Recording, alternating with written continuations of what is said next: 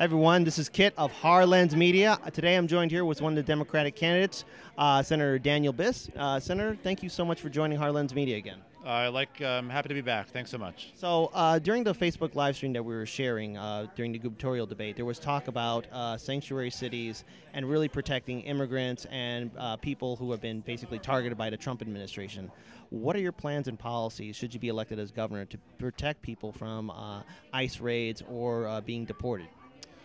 Well, you have to start by making sure that we pass the Trust Act, which right now Governor Rauner is sort of maybe going to sign, but it's not totally clear. That would stop local law enforcement and state law enforcement from cooperating with ICE with these raids. It's a no-brainer. That needs to be the baseline. But we have to go beyond that. We ought to have a law that prohibits state resources from being used in making a Muslim registry. That was in the original version of the Trust Act. It got taken out in the House. It's got to get put back in. We need to work with every local body so that municipalities and school districts aren't cooperating with ICE. And we need to make sure that we treat all Illinois residents equally so that we're a thriving place for immigrants, so that wages are high for immigrants, so that educational opportunities are good for immigrants. If that happens, more people will want to come here. If more people want to come here, we will grow and thrive, and all of us will be more prosperous. Now, you're in a race with numerous other candidates for governor, and there was talk on the stage about a progressive income tax. Why do you think you're the person to best lead the progressive income tax, and how will it help Illinois?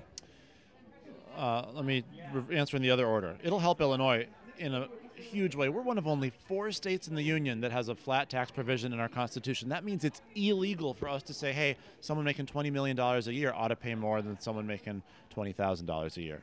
That's crazy. All the money in the economy recently has gone to the top, and we're not able to access it without taxing the middle class who have not gotten a raise. It doesn't make sense. So we need a progressive income tax amendment to our Constitution. I'm glad that everybody up there, well, at least 4 of the folks up there said they were for it, but Democratic governors have said they're for it forever. The question is, why hasn't it happened? It hasn't happened because nobody's fought for it. It hasn't happened because no governor said, we need this. I'm going to run on it, I'm going to explain it, and then I'm going to fight for it. And if you want to know who's going to do that, you got to look at the track record. There are people up there who said all night tonight they're for a progressive income tax, and they became supporters of a progressive income tax 2 months ago. 10 years ago, I was fighting for a progressive income tax. 10 years ago, I was running in an affluent suburban district for state representative, knocking on doors saying, we need a progressive income tax to save the state of Illinois. I've been fighting for this. I've been doing it. I know the path.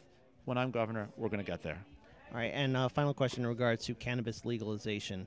There's talk about on the stage, all of them were in basic support for cannabis legalization, but will you be in support of decriminalization of cannabis, and also for the people who have been victims of the war on drugs, who've been imprisoned, will you have some sort of forgiveness program or help them be reintroduced into society? Yes, it's so necessary. I mean, we have a criminal justice system that right now, let's be honest, it's more about punishment than about rehabilitation. It's more about incarceration than about reentry.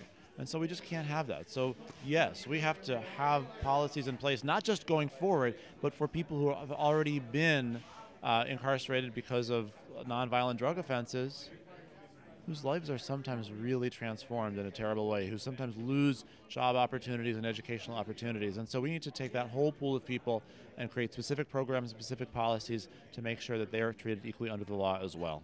All right, Senator Daniel Biss, thank you so much for joining Media. And to all our viewers and subscribers, peace, everyone. Let's all do what we can to build a better future.